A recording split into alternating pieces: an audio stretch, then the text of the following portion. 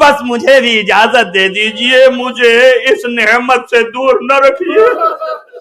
کیسے چاہنے والے تھے امام کے، آپ دیکھیے کس کس طرح کے لوگ تھے۔ ایک سے ایک صحابی ہیں جو آنے والے ہیں، طرح طرح کے صحابی، مگر جناب یہ بھی ایک صحابی ہے 90 برس کا بوڑھا، اور قربان ہونے والے بتا دیا کم ترین 6 مہینے، اور اس سے بڑا بھی آپ دیکھیں یہ 90 برس کا بوڑھا ہے، آنکھ کے پپوٹے اوپر اٹھایا ہے اور باندھا رومال سے، کہا ہمیں اجازت دے دیجئے۔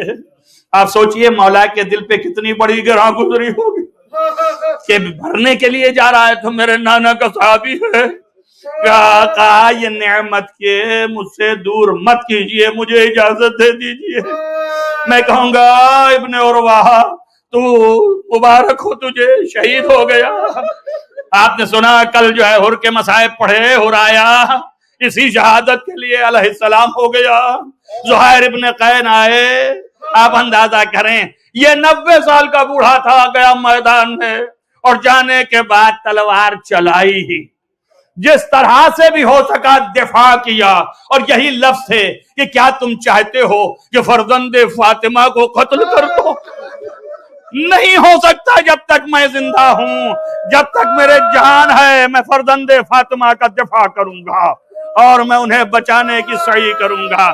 یہ ہے محبت، یہ ہے معرفت۔ اس معرفت کے تحت جو ہے عروہ کا بیٹا یہاں پہ کھڑا ہے، جابر ابن عروہ انصاری۔